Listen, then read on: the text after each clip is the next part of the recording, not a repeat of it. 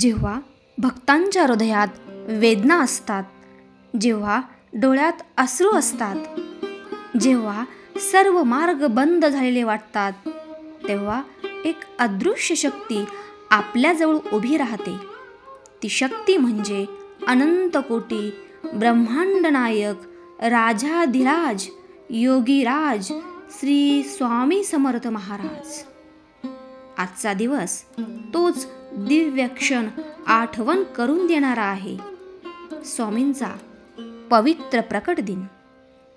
मित्रांनो, प्रकट दिन म्हणजे फक्त एक तिथी नाही, तो दिवस आहे जेव्हा परमेश्वराने भक्तांसाठी स्वतःचे रूप घेतले.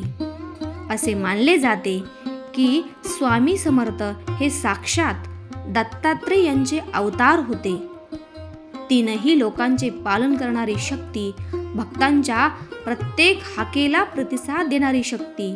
अक्कलकोट या पवित्र भूमीत स्वामींनी आपल्या लीलांनी हजारो लोकांचे जीवन उजळवले. एकदा एक भक्त खूप दुःखी होता. त्याच्याकडे काहीच उरले नव्हते. तो स्वामींच्या चरणी आला आणि फक्त एकच विचारलं, माझं काय होणार? स्वामी शांतपणे म्हणाले, तू का घाबरतोस? मी तुझ्या पाठीशी आहे. त्या एका वाक्याने त्या भक्ताच्या जीवनात नवी ऊर्जा आली. श्रोतेहो, स्वामींची कृपा शब्दात सांगता येत नाही, ती फक्त अनुभवता येते. स्वामी समर्थांनी आपल्याला खूप सोपी पण महान शिकवण दिली. भिवू नका, विश्वास ठेवा, नामस्मरण करा.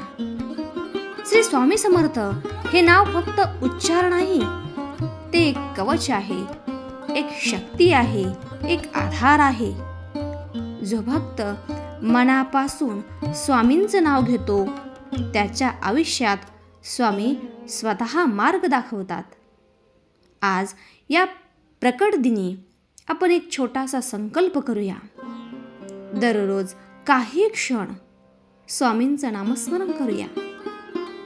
श्री स्वामी समर्थ, श्री स्वामी समर्थ.